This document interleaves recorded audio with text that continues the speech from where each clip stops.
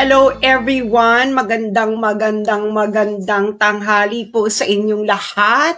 Ito po ang inyong favorite, faithfully defiant, na tagalista ng Noisy, si Sastrogando Sasot, ang best friend ni Claire Castro. O, kanina pa kayo naghihintay, so gisingin nyo na yung mga naghihintay pa kanina ng ating mainit na papasabuging eksena sa buhay. Ayan. So, i-share nyo na ito sa inyong mga chat groups, sa inyong mga Facebook groups, sa inyong WhatsApp, sa inyong Google emails. Ang hindi mag-share sa mga nabanggit ay kakampi at kamag-anak at anak ng tiyanak. Share na. Click share. Ganon.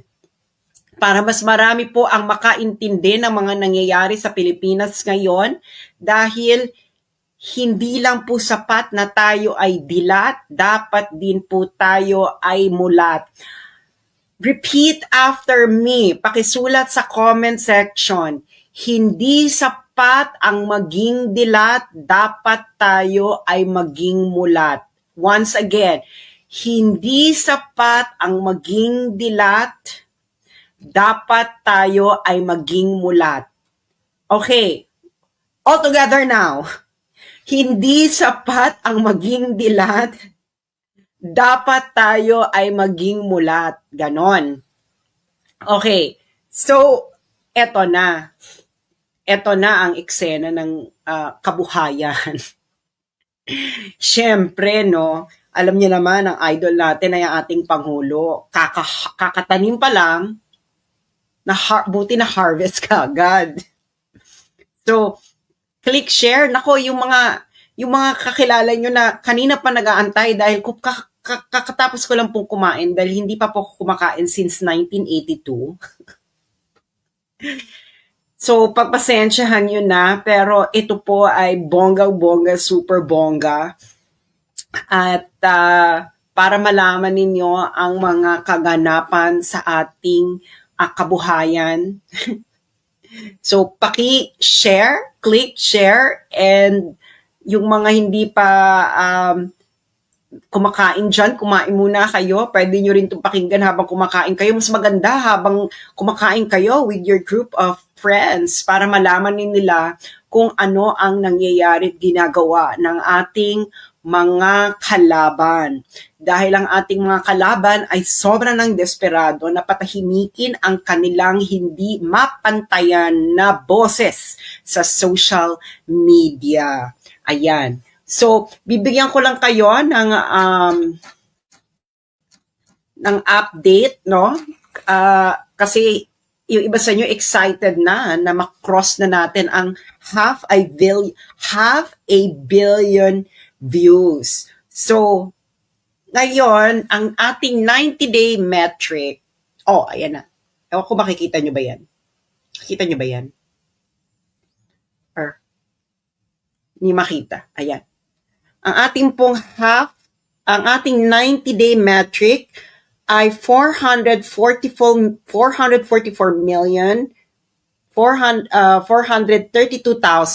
So, ang ating pong 90-day metric ay 444,432,192 views. Ito po ang ating quarterly. So, malapit na po tayong mag-cross sa half a billion quarterly views. Okay. So, and this is all organic. Wala po akong paid boosting dahil unang-una wala po akong perang ganyan. Kung may pera man akong ganyan, nagpalagay na ako ng additional kipay. Siguro mga 10. Charot. Maybe additional 10 kipay, ganyan, or 50, ganyan. And of course, ang ating pong engagement ay nasa ano na po tayo. Ang ating quarterly engagement po ay 65,601,236. All organic po ito. Wala pong halong chemical. At kaya desperado na po silang patahimikin ang mga bosses na hindi nila kayang mapantayan dahil mauubusan po sila ng pera. Okay, mauubusan po sila ng pera para ito'y mapantayan. So, ang ginagawa nila ay desperate tactics. Pero nga po, alam nyo po, pag nandito ka sa ganitong eksena sa buhay, dapat hindi ka aanga-anga. Pag aanga-anga ka, di ba? Pag aanga-anga ka, matitimbog ka ng mga ng mga kawatan, ng mga taong ang eksena sa buhay ay manggancho sa 2028. Wala pa akong balak tumakbo ng politika. Hindi pa po, mas marami pa po akong mas gustong gawin sa buhay ko. Kaysa yung mga sinasuggest nyo. Yan po ay hindi ko po pinangarap yan. Okay, so eto na ang eksena ng ang ating kagandahan, okay, ng ating alindog. I-share nyo na, ayan. Kasi kanina pa kayo naghihintay, di ba? So yung mga naghihintay, nasa na kayo, kanito dami-dami nyo excited. Hintayin ko muna kayo, okay? Habang hinihintay ko kayo, magchichismisa muna tayo. Sabihin nyo na yung kanina pa man naghihintay. Diyos mio, kumakademand kayo, tapos ngayon nasaan kayo? Di ba? So, babala lang po no sa mga DDS vloggers, kayo ang number 1 target nito. Ang ginagawa nila para mapabagsak kayo ay ire-report kayo ng impersonation, business impersonation. Yan kasi ang ginawa sa dati kong page na may 900,000 followers na. Okay? Ang ginawa nila is nireport nila ng business impersonation. So, paano nire-report yung business impersonation? Ang gagawin nila, gagawa sila ng maraming versions ng page mo. Okay? Gagawa sila ng maraming version ng page mo. Sino ang kinokontrata nila dyan? Bangladesh. Mga Bangladesh groups. Bakit ko alam? Kasi problema talaga yan sa Facebook. Yung Bangladesh at Vietnamese hackers group. Okay, so yun ang gagawin nila. Gagawa yan ng maraming clone ng page mo. Tapos, ang gagawin nila is i-mass report nila yung page mo, sasabihin, ini-impersonate mo yung ibang page. Or yung may-ari ng ibang page, halimbawa, maraming page, sasabihin, ini-impersonate mo sila, mas bongga yon, di ba? So, ganun ang ginawa nila sa page ko. Gumawa sila ng maraming clone nung For the Motherland at nagtagumpay sila. Siyempre, may mga friends in high place. Bakit ko nalaman na business impersonation ang na-report? Because meron po tayong mga kaibigan, mga cyberpunks na ibinigay po sa akin ang record sa Facebook kung ano ang dahilan ng nireport ako at bakit na-disable. Hanggang ngayon po, hindi ko pa nababawi yung page ko na yon. Okay? Kahit in-email na ako ng Facebook na ibinalik na raw nila, pero hanggang ngayon hindi pa nila binabalik. So, ganun po sila ka-desperate. Ngayon, paano po ito maiiwasan? Maiiwasan, hindi po kahit mag-blue badge kayo, hindi kayo makaka-escape dito. So, paano ito maiiwasan? Mag-live po kayo ng mag-live, katulad po nito, lalo na po sa mga personal accounts ninyo. Kasi kung may page kayo, syempre, i-report nila yung personal account mo. But anyway, this applies to both Facebook page and personal account. So, halimbawa ako, ngayon, nagla-live ako, di ba? Nakikita niyo yung pangalan ko dyan. So, ngayon, kung gumawa ka ng clone ng page ko, tapos hindi ka nagla-live stream, tapos, hindi ka naman ganito, hindi naman tayo pareho ng pangalan, hindi tayo pareho ng pagbumuka, paano ngayon ako ma-report na ako in-impersonate kita? Hindi ba? And yung mga nag-recommend po sa akin mag-blue badge, etc. Hindi ko na po kailangan yan kasi ang tagal-tagal na po akong nire-report for fake name, for ganyan. And ilang beses na po akong kinunan ng Facebook ng ID. So, kaya nga ito, nung nireport yung Facebook page ko, inaatake rin nila tong personal account ko. So, itong pinapanood nyo ngayon ito, this is my personal account. Okay, meron akong public page before. So, ito, personal account. So, sabay nilang nire-report for impersonation. Okay? doon sa Facebook page, nagtagumpay sila. Kasi hindi ako madalas mag-live doon eh. Nagsusulat lang ako. Dito, ito, hindi nila natimbog. Okay, paano ko nalaman hindi nila to natimbog? Kasi, yung Facebook, minessage ako. Sinabi, i-verify ko raw yung identity ko, magpadala ako ng government ID, ganyan. Nagpadala ako, hindi nila to natimbog. So, ngayon,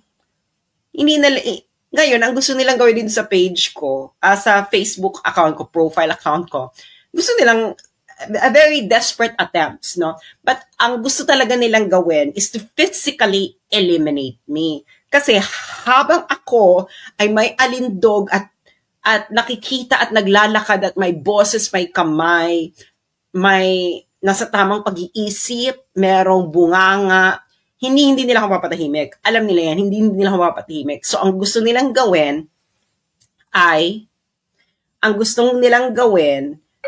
ako ay physically eliminate.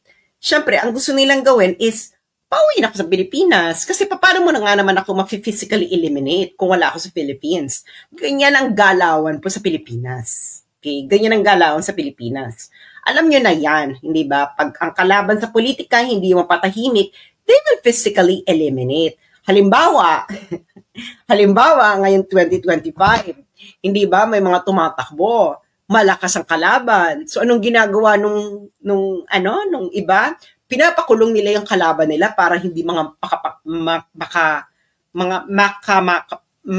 makapag-campaign, hindi ba? Or kakasuhan nila or worse, ititegi boom boom, di ba? So i-click share nyo na po yan. Huwag po kayong magpapadala ng stars dahil hindi po yan sa akin nire-remit ng Meta. Okay? May utang pa po sa akin si Meta ng napakatagal na. Yung subscription ng mga fans ko, ng fans ng page ko, ng about 1 year worth of subscription na hindi nila niremit sa akin. Okay, so wag po kayong magpapadala ng stars. Tigilan nyo po yan. Sinabi ko na, matagal ko na sinasabi. Okay, so now, ipangkain nyo na lang yan. No? Kung gusto nyo magbigay ng tip at ma-support, paano nandyan sa baba na taker. Pero hindi kayo required dahil po tayo ay sanay po tayong magutom, sanay po tayong magdildil ng asin.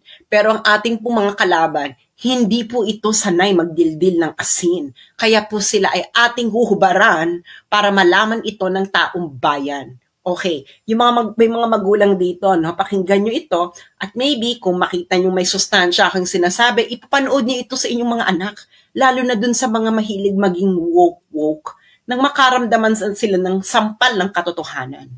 Okay, now, bibigyan ko kayo ng konteksto.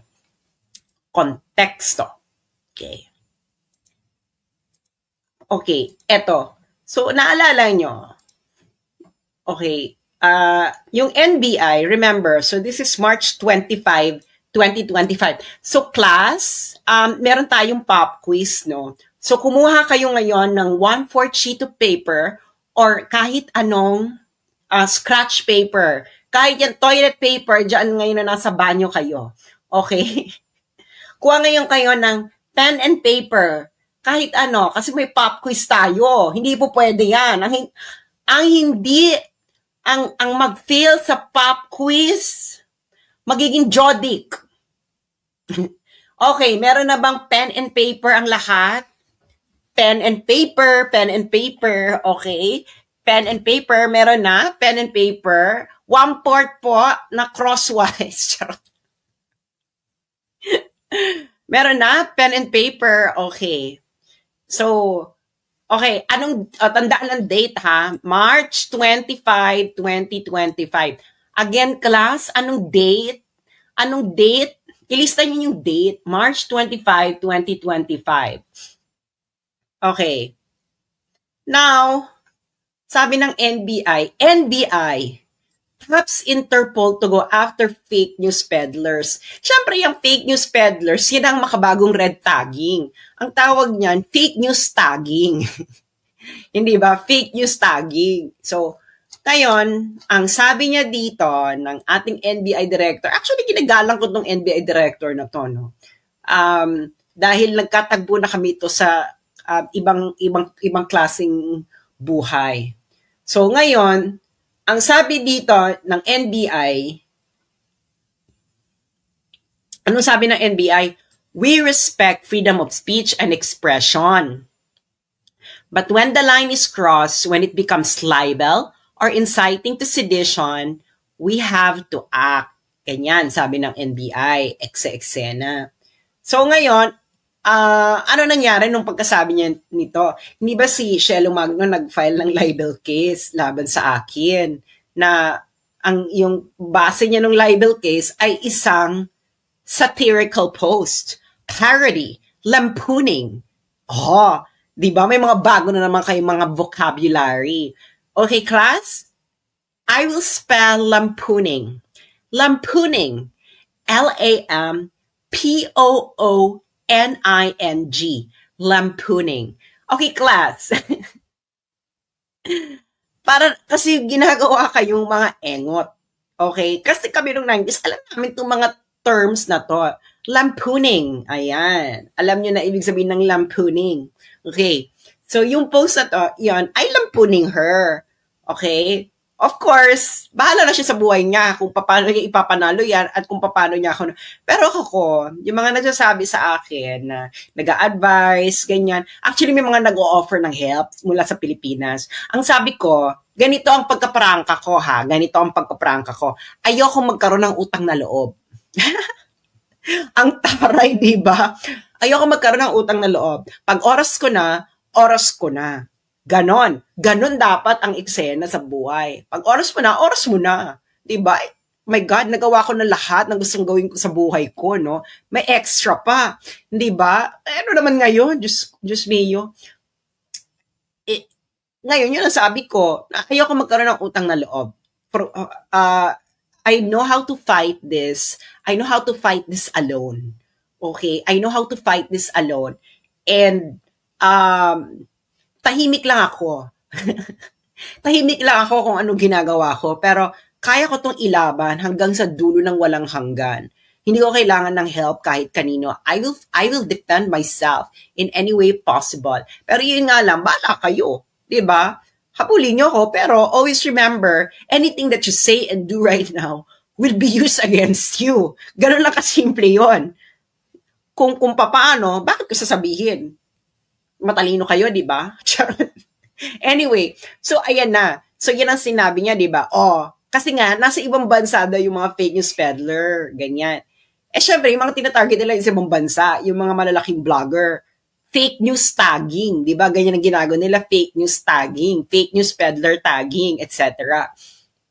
Pero may panlaban na ako dyan. Pero, hindi ko ilalabanan sa isang arena na alam ko namang kaya niyong manggurgur. Lalaban po tayo sa tinatawag na Miss Universe stage. Dahil, alam niyo naman po ako, cosmological woman. Hindi ba? Bahala na kayo, no? You keep on underestimating your opponents. Anyway, so ngayon, ang ano nila is para ma-extract nila yung mga kalaban nila, ang gagawin nila is inciting to sedition. Ganyan, inciting to sedition ang ine-emphasize nila. Diba? Kasi yung inciting to sedition, baka may laban pa sila dyang ma-extract yung mga political opponent nila pag ganyan. So, anong date uli ito, mga kababayan, mga students? This is March 25, 2025. Hindi ba? March 25, 2025. So, again, siguro naman ay sapat pa ang turin ninyo sa inyong mga utak na alala niyo yung date. Hindi ba? Dalawa lang yan. March 25, 2025 is the date. And of course, kung ano yung sinabi ng NBI director na akin namang ginagalang. Alam ko namang ginagawa mo lang ang trabaho mo. Pero sir, may hangganan ng lahat. Okay? May hangganan ng lahat. March 25, 2025, tapos ano daw ang titingnan nilang kaso? Inciting to sedition. Okay. Ngayon, eto na. Ito na, nandito na tayo sa exciting part. Okay. Ngayon,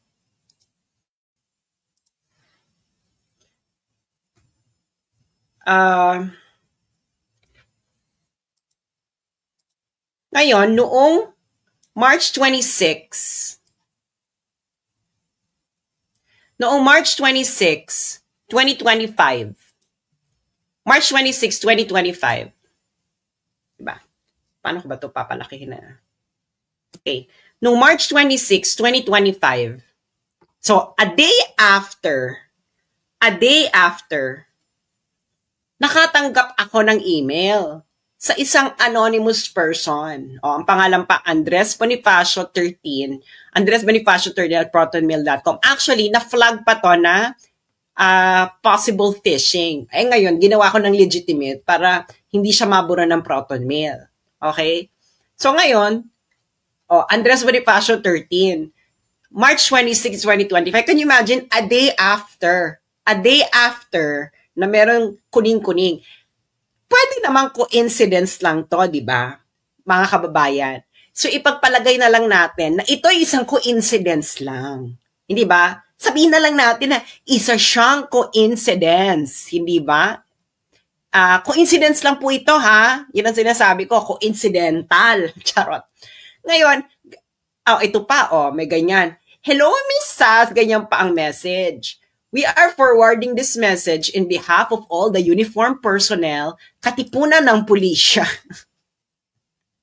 Eksena ninyo sa buhay. Tapos, who are disappointed and disgusted with the political exploitation. Paano ba naman kung hindi ko makikita na napakaboba ninyo? Wrong spelling, wrong class. Ano yung political exploitation? Of the current, our intention is to show our grievance against the political driven actions. Mga beshies, ano ba? And to urge others who are grieving in silence. Tapos, ang sabi pa, we entrust this video in your Facebook page as one of the credible source of information and we align with your opinion. Nagigets yun na. Nagigets yun na kung anong gustong gawin. Okay. So, ngayon, kung hindi man naman kayo Jehovah, 1/2 and 1/4, na sobrang urgent ninyong magtanim ng inciting to sedition sa akin, hindi ba sinabi nilang, we entrust this video. Sabi, bibigay namin tong video. Tapos sa dulo, ang sabi pa niya, naway maikalat po ninyo ito, maibigay sa tamang page na may parehong paninindigan ukol sa kasalukuyang administrasyon. Alam nyo, ganito ha. Ganito lang yan. Tagalin ko muna. Ganito lang yan. Pag ako po ay pinupure, ang bullshit detector ko, ang taas. Ang taas ng bullshit detector ko, pag puring-puri, alam mo yon, yung mga ganyan-ganyang eksena sa buhay. Ang taas-taas ng, kasi ayoko ng bullshitan.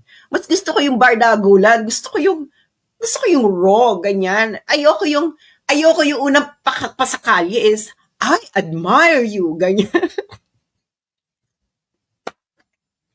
Ayoko ng ganon. You know, go straight to the point, what do you want? Ganyan. Kasi ako, what you say to my face is what you say to my face. Hindi mo ko kailangan bula-bulahin. You know, I'm only interested with good arguments, even though it's against my own argument. Alam mo yon? Ayoko ng mga ganyan. Ekse-ekse ng kaganapan. So ngayon,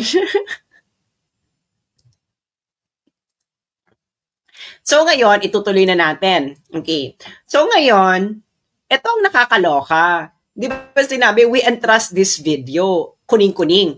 So, di ba pinadali na lang 1853? Tapos walang video attachment.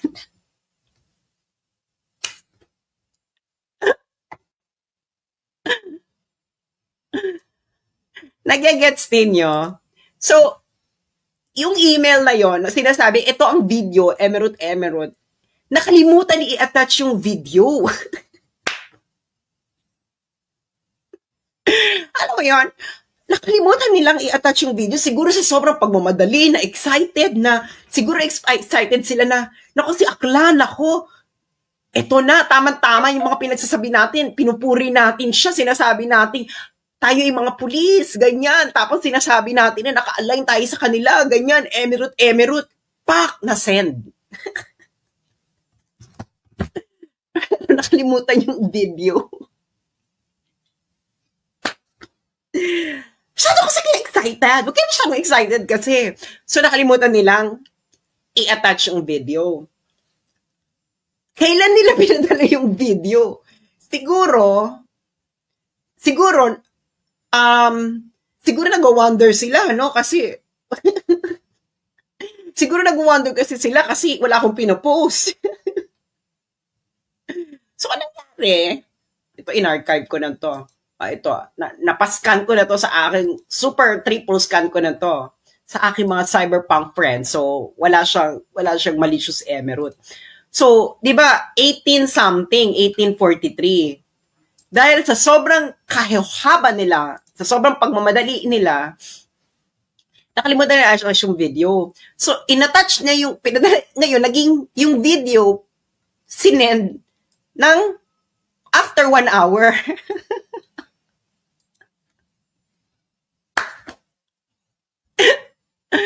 Nagigets yun na. Okay. So, ayan, no? Same person. Okay. Ngayon, ayan na, no? In-attach yung video. Ayan yung file. Okay? Ngayon, ipapalabas ko yung kaunting clip. Hindi ko ipapalabas yung buong clip. Kasi nga, yung mga vloggers nila, naghihintay lang yan na ipalabas ko yung buo, etc. Tapos gagawa sila ng storya. Pero nga, sabi ko nga sa inyo, kakatanim nyo pa lang, na-harvest ko na. Okay. So, asan ba yung clip? Wait, video file. Ngayon, pinagtawanan ko na to, no? Kung ano-ano pinagagawa ako dito. Okay. So, kasi nga, akala kasi ng mga to, pulisya ng Pilipinas. Okay, ito. Wait lang ha. May tatanggalin lang ako. Tanggalin natin muna to. Okay. So, ito. Nagkakaisang katipunan ng malayang pulisya ng Pilipinas. Kami ang nagre-representa sa lahat ng miyembro ng kapulisan na nasusuklam at dismayado sa mga kaganapan sa ating bansa. Nakatakip ang aming mukha upang protektahan ang aming layunin at mahal sa buhay. Umaharap kami sa inyo ngayon upang maiparating ang aming pagkadismaya sa kasalukuyang administrasyon. So, nakita nyo na. So, yun ang sabi, nakasakay sila ng kotse. Okay? Nakasakay sila ng kotse, nagda-drive yung kotse. Kaya makikita dun sa likodan, may mga ilaw-ilaw ng mga dumadaang sasakyan. Okay. So ayun ang eksena nila. Nakita nyo na. It is tanim inciting to sedition. Okay. Ngayon, kanino to pinadala? Pinadala ito sa 2 vlogger na tina-target nila na nakatira sa ibang bansa. Sino? Kaninong pinadala? Kay Maharlika na nakatira sa US at ako na nakatira sa China. Dito sa Beijing. So yan ang tina-target nila. Kaming 2 pinagdalan. So, aking mga estudyante, isa nga bang coincidence na March 25, 2025, sinabi ng NBI director na akin naman talagang ginagalang. Alam ko namang ginagawa mo lang ang iyong trabaho, pero may hangganan ng lahat, sir. Na sinabi niya noon, yung iba kasi nakatira abroad. Pero kung ang kaso, libel or inciting to sedition, lalo na inciting sedition, baka merong chance na makuha sila. Diba? And then the next day, may tanim inciting to sedition video.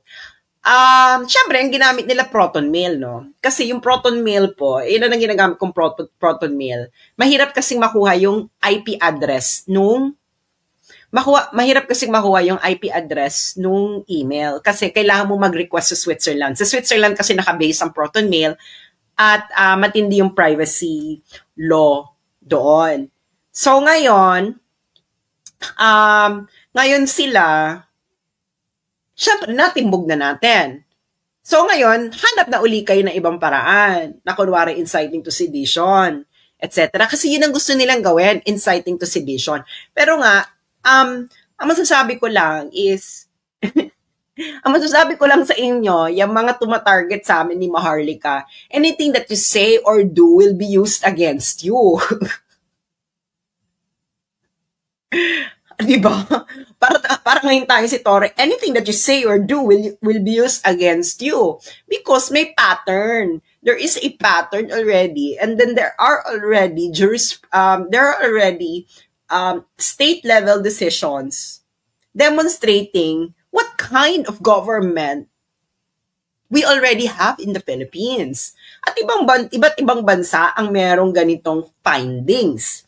Belgium, Timor-Leste, ano pa ba?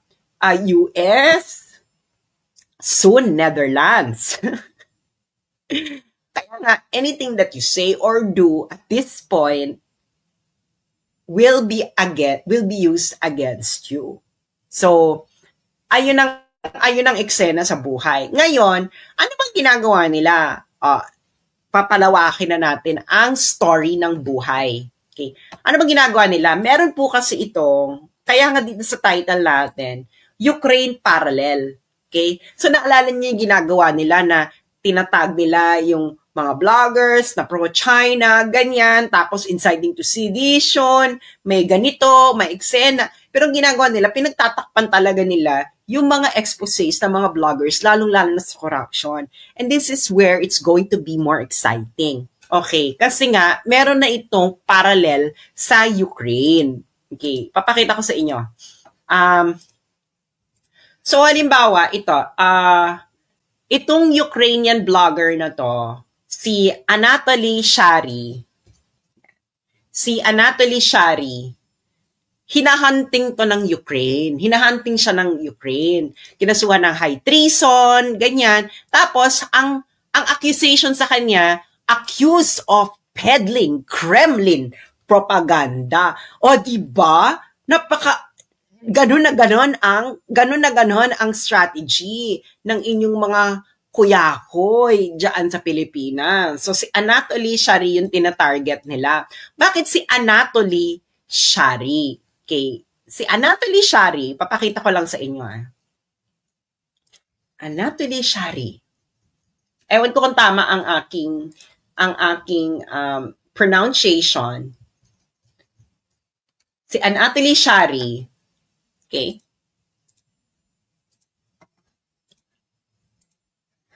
Si Anatoly Shary ay number 3 of the top most popular Ukrainian political bloggers on Facebook.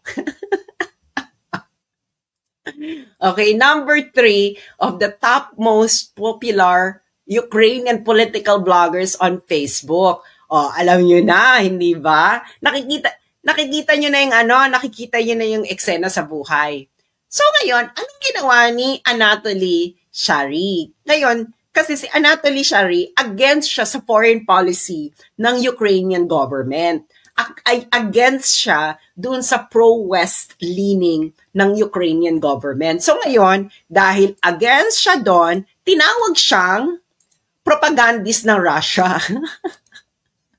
Alam niyo na. So, inaccuse siya ng peddling, di ba? Nagigets yun yung parallelism. Kaya nga, pag nag-aaral kayo ng history, hindi kayo madaling mapapaikot-ikot na parang kulangot. Kaya kailangan lawakan nyo ang inyong mga utak. Lawakan ninyo ang pagbabasa. Lawakan ninyo ang inyong pag-iisip. Pag-aral kayo ng history na hindi kayo napapaikot-ikot na parang kulangot. Ngayon, anong ginawa ni Anatoly Shary? So, babasahin natin.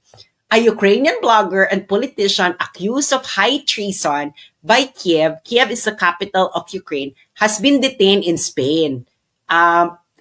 police said Thursday. So May 5, 2022 ito. Ito yung 2 months after magsimula yung gera. Ngayon, so ngayon, ano yung mga ginawa? Ang Ukraine sabi, ito daw si Anatoly Shary ay incitement to hatred, ganyan. Meron ding disinformation, ganyan. Actually, pag-aralan niyo itong nangyari kay Anatoly Shary. Kasi si Anatoly Shary, pinagtulong-tulungan nito ng government saka ng mainstream media sa Ukraine. Kasi ang mainstream media sa Ukraine, pag-aari po yan ng mga oligarko sa Ukraine. Same banana ba sa atin? Sabihin niya, same banana ba sa atin? Yes or no? Sabihin niya, isulat niya sa comment section, same banana. Diba? Same banana. Again, 1, 2, 3. Same banana.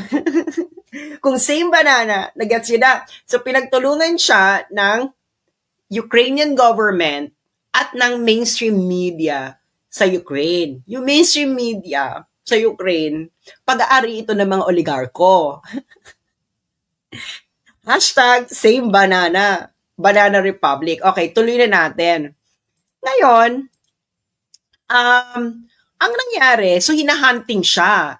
Ngayon, itong si Anatoly, imbiyerno siya, no? Kasi malaki talaga ang following ni, sikat, talaga siya, top political blogger talaga sa Ukraine at against siya sa foreign policy ng Ukrainian government. Kaya tinawag ngayon siyang peddling Kremlin propaganda. O, diba? Ganun ang eksena. Ngayon, kita nyo na, in a Facebook post following the arrest, Ukraine Security Service said that it had reason to believe Shary was acting on the order of foreign agents. Hindi ba? Nakita nyo na yung pareho sila ng pareho ng narrative, yung Ukrainian government saka yung Philippine government. Okay. Ngayon, ano bang ginawa ni Shary? Bakit siya hinahunting talaga ng Ukrainian government? Kasi si Shary ay inexpose niya ang corruption sa Ukrainian government. Pero dahil dyan, he was widely accused by Ukrainian media and politicians of peddling pro-Kremlin narratives to his large online following. Nagigets niyo na, maganda yung exposure niya sa corruption sa Ukrainian government. Ngayon, para ma-delegitimize si Anatoly, yung Ukrainian blogger na yon, tinawag na lang nila, ay hindi, lang yan, Russian propaganda lang yan, ganyan, ganun ang eksena. Yan ang nangyayari kay Anatoly Shary. Nagtagumpay ba ang Ukraine laban kay Anatoly Shary? Well, ang dami nilang ginawa, no? Ang dami nilang ginawa para masiraan si Anatoly Shary. Ang isa dito, for example, ito, ang ginawa nila, inakusahan nila si Anatoly Shary ng pedophilia, ng PDF. Okay? Tapos, syempre, nakatira siya sa Spain. So, mabuti pa yung news agency sa Spain, pina-fact check. Sabi nila, sabi sa kanya, kasi sinabi daw nila na ito si Anatoly, nag-engage daw ito ng PDF sa Netherlands. Kaso, wala namang ganon. Wala namang siyang ganong kaso sa Netherlands. Pero, ganyan ang ginawa nila ng Ukrainian government kay Anatoly Shary, na isang top political blogger sa Ukraine, na para siya ay ma-delegitimize ang kanyang boses, tinawag siyang pro-Kremlin propagandist, ganyan. Tapos, ang dami nilang ginawa kay Anatoly. Alam mo yung tinapunan pa ng Molotov cocktail ang bahay niya, ganyan sa Spain.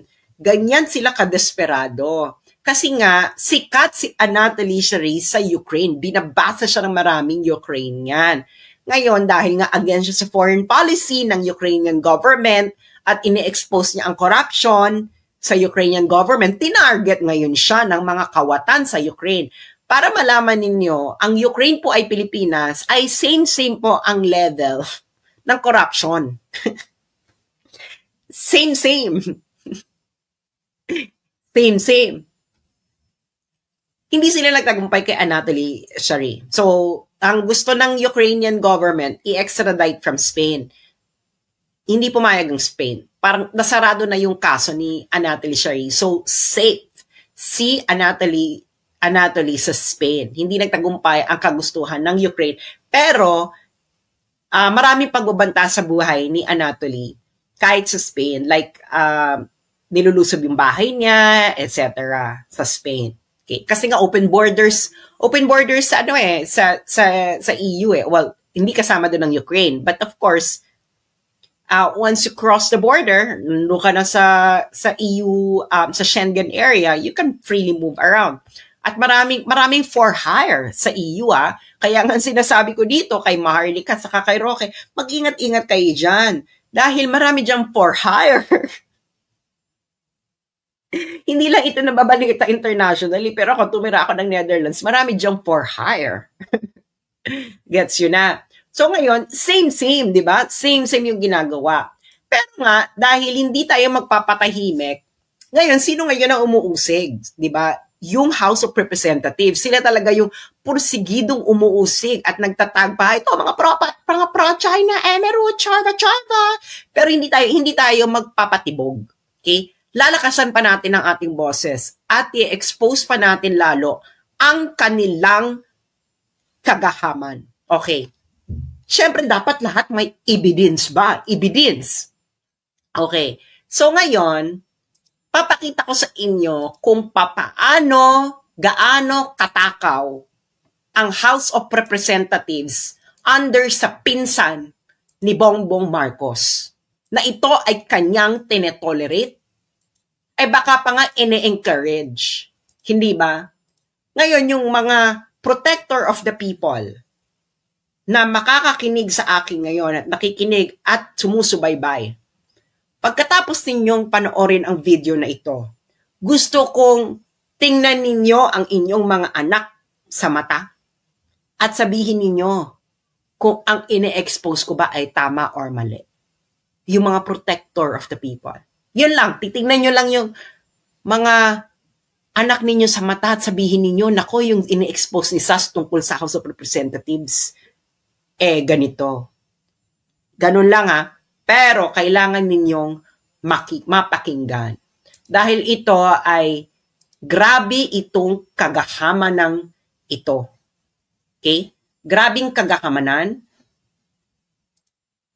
Okay. So, ano ang ating source of information? Okay. Dahil sabi ng Congress, kailangan daw ng documents. Okay. So, nandito ngayon tayo sa website ng Senate of the Philippines, 19th Congress. So, ito yung mga, nakikita yung General Appropriations na report. Okay. Ano yung mga report na yan? Bibigyan ko yun ng background.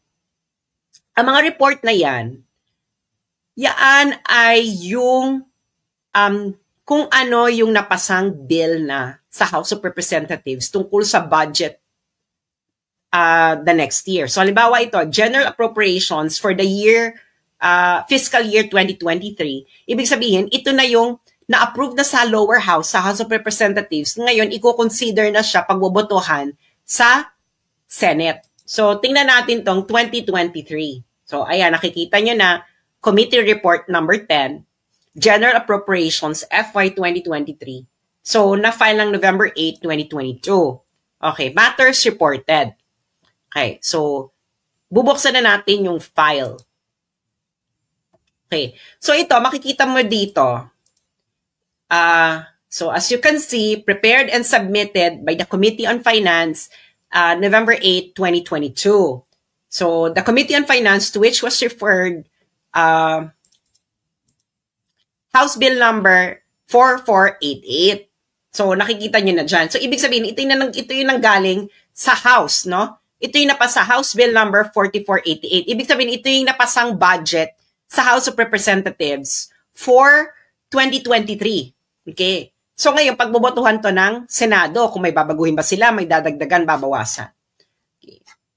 Marami ditong anomalya na hindi really stupid, etc. Pero ito, ang titingnan natin is kung gaano kagahaman itong House of Representatives. Okay. So nakikita nyo dito, di ba? Okay. So this is the committee report. Okay. Nakikita nyo dyan,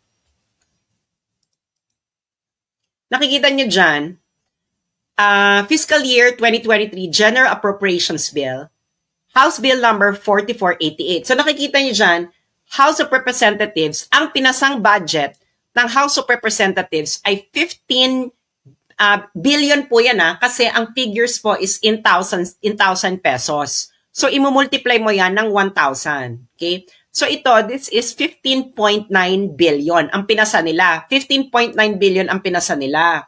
Ngayon, sa Senate, ang recommendation ng Senate, makikita nyo, tinaasan lang ng Senate ng hanggang 16 billion. Okay? Tinaasan lang nila hanggang 16 billion. So, pakisulat po sa papel.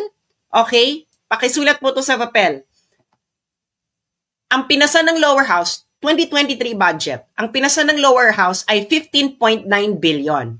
Pakisulat sa papel. Pakisulat sa papel, 2023. Pinasa ng lower house, 15.9 billion. Ang Senado, dinagdagan lang nila ng kaunti. Ginawang 16 billion. Handa na ba sa papel? Hindi nyo ito maintindihan pag wala kayong papel. Meron na, nasusulat yun na, isulat yung maigi. Okay, done. Ngayon, anong pinirmahan ng Pangulo? Okay, anong pinirmahan ng Pangulo? Ano ang naging budget ng House of Representatives ng 2023? Pupunta ngayon tayo sa final budget. Pupunta ngayon tayo sa website ng DBM. DBM. Okay? Para makita ninyo kung gaano tayo dinodorobo. Okay. Ito na ang napasang budget sa DBM. Okay.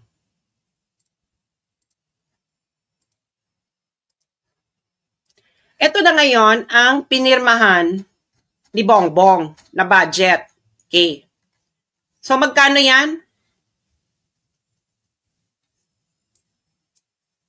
Magkano yan?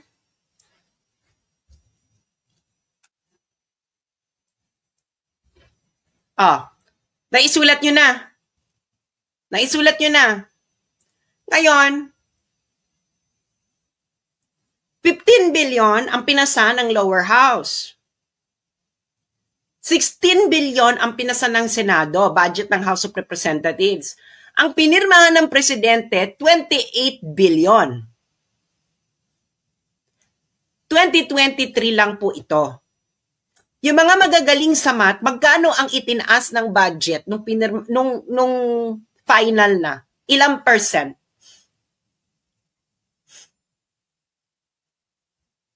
Ilang percent? 2023 pa lang ito. Ito ang first budget cycle ng House of Representatives sa under Romualdez at Marcos. 2023 pa lang tayo. Nakalagay na, nakita nyo na sa papel. Ipaliwanag nyo nga sa akin, mga negosyante, mga pare, mga teacher, kakampings. Bakit mga kakampings hindi ito nire-raise?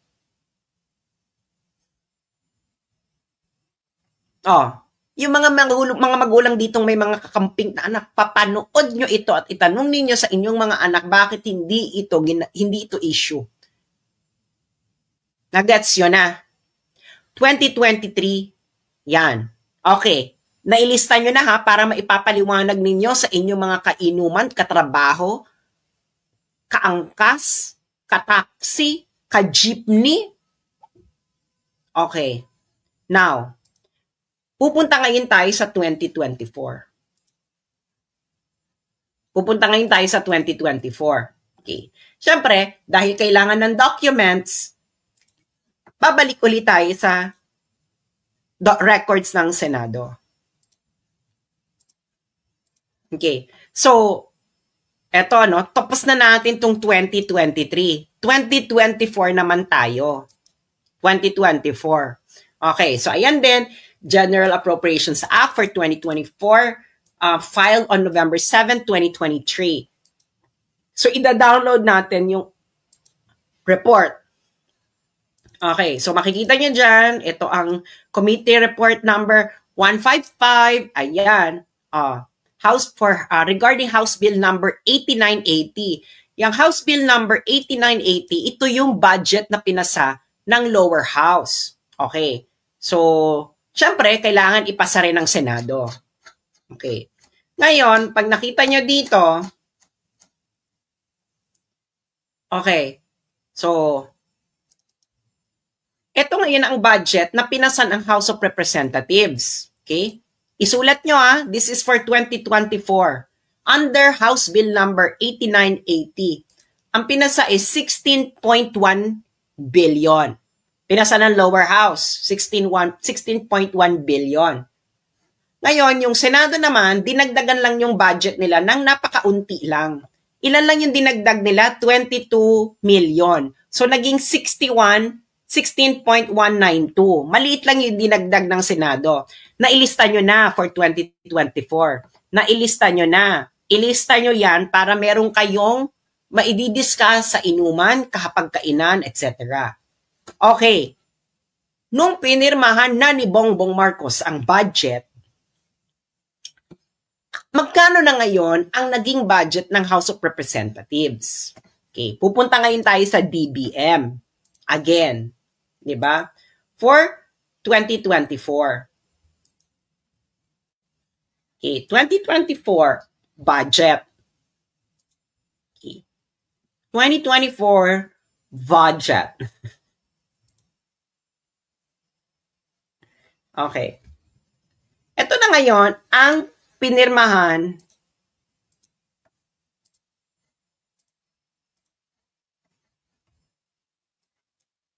ni Bongbong.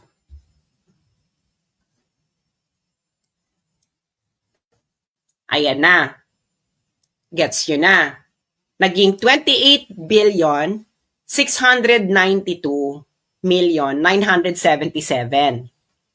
Inilista nyo na. Nailista nyo naman ng bongga, di ba? So, ngayon, isipin ninyo, paano ngayon itong tumataas ng parang katatanim nga lang, tapos naani na.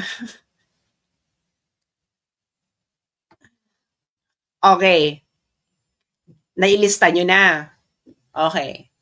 Ngayon, pupunta ngayon tayo ngayong year na to, 2025.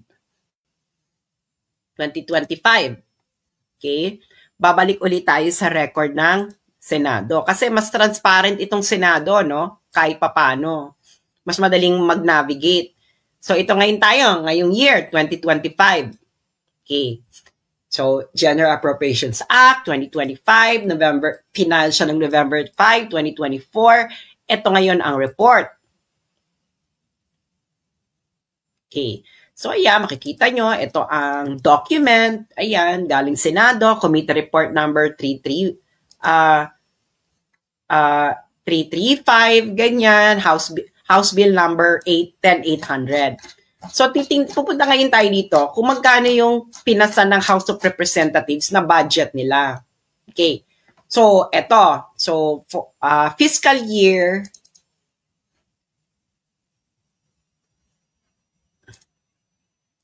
for fiscal year 2025 General Appropriations Bill, House Bill number 108,800. Ang pinasa nila is 16.34 billion. In thousands po yan. So, i-multiply mo ng 1,000. So, yung mga piloso po dyan, matuto kayong magbasa ng budget. So, yung Senado, binigyan lang sila ng additional 9 million. So, naging 16,354,442,000,000. Ilista nyo ilista ninyo. Ito ang pinasa ng House, binigyan lang sila ng additional 9 million ng Senado at ang naging ang pinasa ng Senado 16,354,442,000. Okay, nagets yun na. Ngayon, Ano ang pinirmahan ni Bongbong? Biglang tumaas. Alam mo naman, may pattern. Hindi ba? May pattern. So, pupunta ngayon tayo ng 2025. 2025 GAA. Sa pupunta ulit tayo ng DBM. Okay. Pupunta ulit tayo ng DBM. House of Representatives. Okay.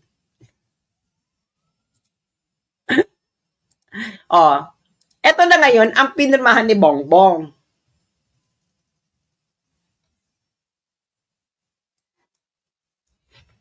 $33,670,000,000.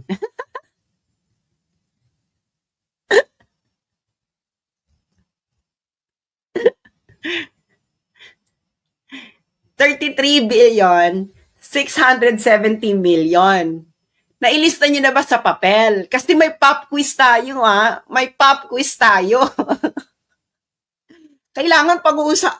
Para pagdating ng inuman, hapagkainan, kausap ninyo yung mga kakamping, meron kayong isasampal. Di ba? So ngayon, nailista nyo na. So nakita nyo na kung ano yung nangyayari. Okay. Ngayon, sino ba nag-e-expose yan? Ako po, matagal ko nang ini-expose itong kaeng-engan nila sa Kongreso dahil nga sobrang garapal na. Garapal na. Ngayon, kung mga nagtatanong po, paano ba yung previous Congress? May ganyan ba silang hocus-pocus? Actually, ni-research ko na rin yan. Kasi nga, baka naman normal lang ito. Hindi ba? Normal lang na ito na bigla na lang lolobo ng bonggang-bongga yung budget ng House of Representatives. Kailan po lumolobo yung budget nila? During po ng Bicameral Conference Committee. Ang Bicameral Conference Committee, dapat lang itong i-reconcile yung dalawang version ng budget. Yung Senate at yung House of Representatives. Pero ibang reconciliation po ito. Dahil nakita nyo naman, i-consult nyo uli yung notes nyo, i-review nyo uli ito, maliit lang naman yung dinagdag. So, bakit lumobo ka ng bonggang-bongga? So, yun, ni-research ko na po ito at tiningnan ko na po yung mga dokumento ng past Congress. Ito lang po yung mga nakita kong available na records. Okay? Available na records. Ito yung mga available records na nakita ko na kompleto. 2011, 2013, 2017, 2019, 2020, 2022, 2023, 2024, 2025. Okay. So, eto, makikita nyo sa table na ginawa ko. Okay. Ito yung mga House Speaker. Si Feliciano Belmonte Jr. noong 2011, si Feliciano Belmonte Jr. noong 2013, si Pantaleon Alvarez noong 2017, si Gloria Arroyo noong 2018, si Lord Alan Velasco 2020, Lord Alan Velasco noong 2022, and then 23, 24, 25, Martin Romualdez. Kung yung mga nagtatanong po, paano po si Alan Peter Cayetano, hindi po naging House Speaker si Alan Peter Cayetano during a budget cycle. Okay, maigsi lang ang kanyang termino. So makikita nyo dito, okay? Kaya nga sabi ko sa inyo, kumuha kayo ng papel para madali nyo itong maintindihan. Okay? Ngayon, House Chamber version, ibig sabihin ng House Chamber version, ito yung pinasa ng House of Representatives. Senate Chamber version, ito yung pinasa ng Senado. Yung final budget signed by the President, ito yung dumaan sa BICAM na sikreto. So makikita nyo dyan, okay? Nung panahon ni Feliciano Belmonte Jr., 2011 kay Pinoy, 13.06% lang ang tinaas ng budget ng House of Representatives pagkatapos ng BICAM. 2013, 8.53% lang ang tinaas after ng BICAM. Under kay Pantaleon Alvarez, isang year lang naman siya naging congressman, naging House Speaker, 0% ang tinaas ng kanilang budget after ng BICAM. Under kay House Speaker and former President Gloria Arroyo, 0.08% lang. Kay Lord Alan Velasco, 12.86% lang ang tinaas after BICAM. Nung sumunod niyang sunod na year na speaker siya, 0% lang ang tinaas. Pagdating kay Martin Romualdez, at sa pinsan niyang si Bongbong Marcos, immediately, 2023, 75.06% ang tinaas ng budget nila after BICAM. 77.21 noong 2024 at 105.93% noong 2025. Nakikita nyo yan? Ang pinasa ninyo, 16 noong 2023, ang pinasa ninyo sa harapan ng taong bayan, 15.97 billion. After ng BICAM, naging 28.01 billion.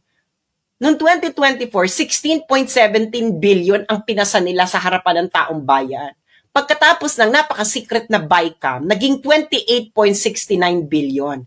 Noong 16.34, noong 2025, ngayong year, 16.34 lang ang pinasa ninyo sa harapan ng taong bayan. Tapos biglang naging 33.67 billion pagkatapos ng BICAM. So ngayon, dahil sa BICAM na yan, magkano lahat ang nakubra ninyo? So 5 plus 3, 8. About, mag-ilan yan? I-add nyo nga yung 28, i-add nyo nga yung, i-add nyo nga kung ilan yung tinaas niyan. Mga 50, mga 50 billion siguro to. Dahil sa BICAM, for 3 years. Okay.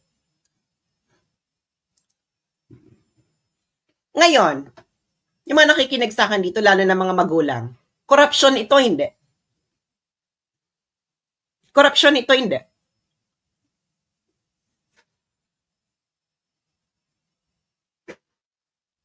Corruption, hindi. Oh, kailangan nyo ng documents, di ba? Kayo nasa House of Representatives. Kayo ang magpaliwanag sa taong bayan. Bakit ninyo inawardan ang mga sarili ninyo ng multi-billion na pera ng taong bayan during BICAM? At ang sinasabi ko sa inyo, itong dinagdag nila dyan ay may binawas somewhere, of course. Kasi, ano yan eh? Ito ang pera natin, ito lang yung nakuhang, ito lang yung revenue, so ito pa ikot-ikutin lang na pera. So may binawas din somewhere at idinagdag sa budget nila. Corruption ba yan? Hindi. Ilang bilyon yun, no? 3 years. For 3 years.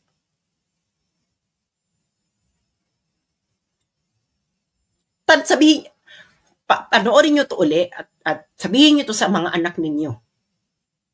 Paliwanag ninyo, lalo na yung mga nagpipiling-piling nakakamping. Bakit tahimik sila dito? Ilang bilyon to?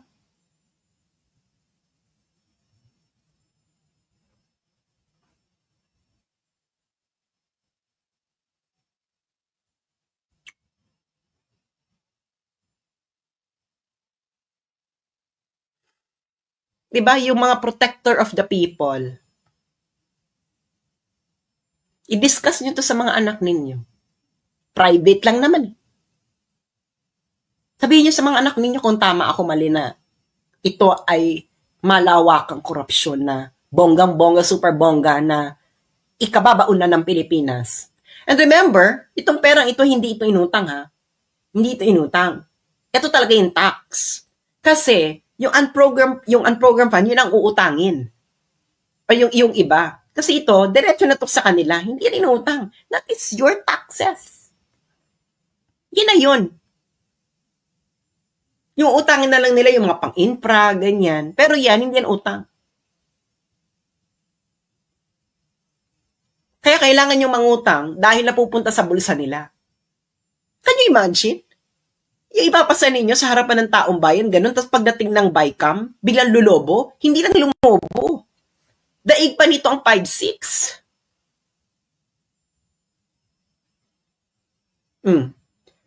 Alam nyo na ngayon, hindi ba? Kung ano ang pagka-connect-connect ng mga pangyayari. Hindi ba? Ngayon, china-challenge ko si NBI Director, kung talagang makabayan ka, dapat itong imbestigahan mo. Dahil pasok naman ito eh. Dahil ano to, krimen to eh. Pera ng taong bayan ito. Corruption is a national security issue. Dalawang bansa na ang nagsasabi niyan. Sa US, they consider corruption as a national security threat. Dito sa China, ganun din. They consider corruption as a national security threat. Kayo, ayaw ninyo i-consider na national security threat ang corruption. Bakit? Dahil yung mga dapat mag-decide na kung ano ang national security threat, sila ang gumagawa ng national security threat na yun. So nagbobolahan lang tayo, di ba? Nakita nyo na yung nangyari sa Ukraine.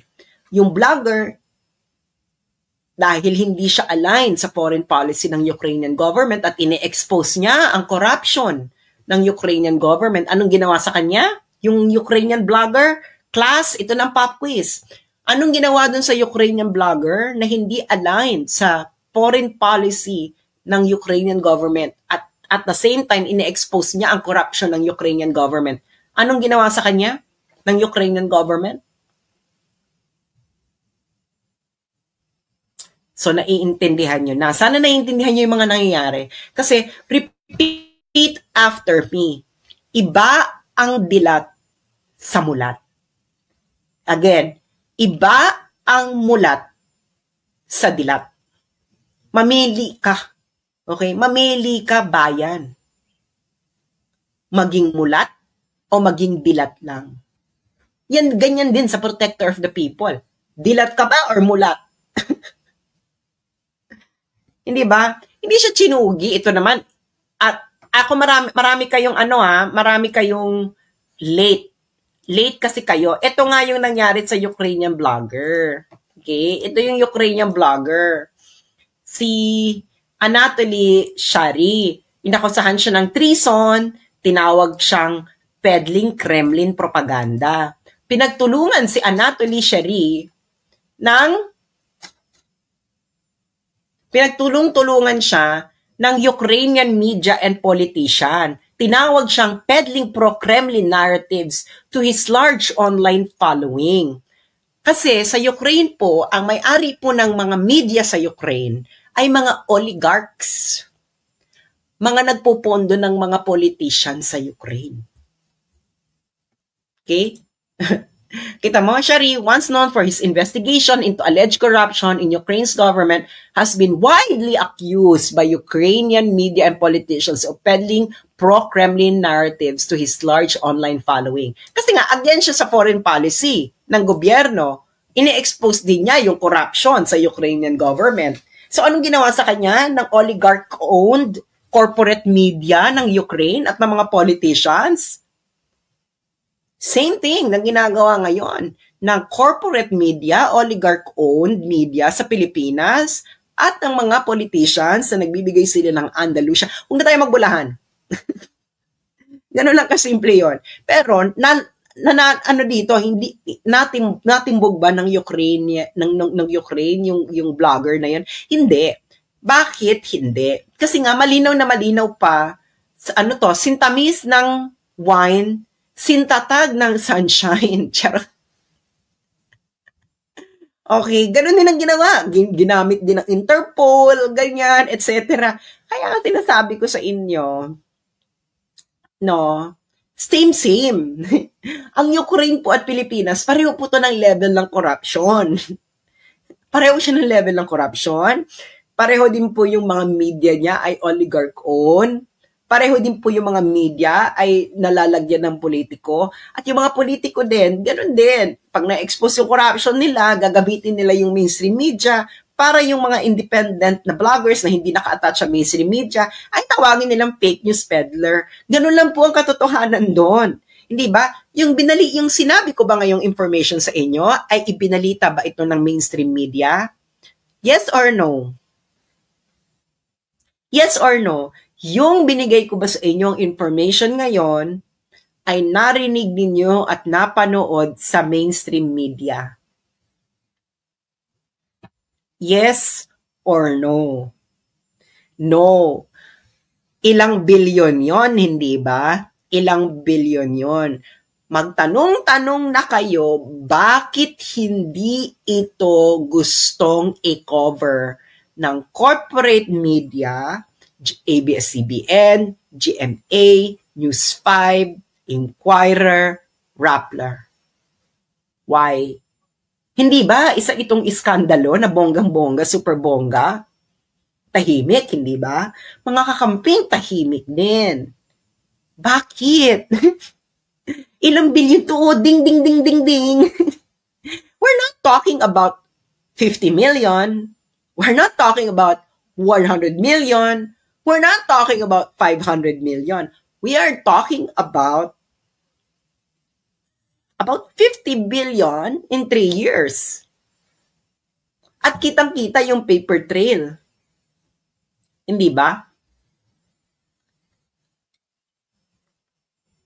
So, at yun ay sa budget pa lang ng mga opisina ng congressman. Hindi pa po doon kasama ang AIX, ang tupad, 4Ps, at kung ano-ano pang ginagawa ng mga congressman na pinamimigay-migay.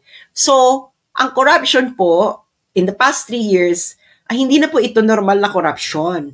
Ang tawag po dito ay institutionalized ano na to? Mafia level na po ito. Okay, mafia level na, mafia level. So ngayon, bahala kayo kung anong gagawin nyo sa information na to. Pinakita ko sa inyo ang source mismo ng mga dokumento, DBM at Senate. Diba? Grabe katakaw. Ito yung walang kaibang katakawan, hindi ba? Daig ang 5-6. Again, yung pinakita ko, budget pa lang yun ng opisina. Wala pa doon ang AIX, tupad. Ano pa ba yung isa? AIX, tupad, at yung iba't iba pa nila mga ginagawang ayuda. So, good luck po sa inyo.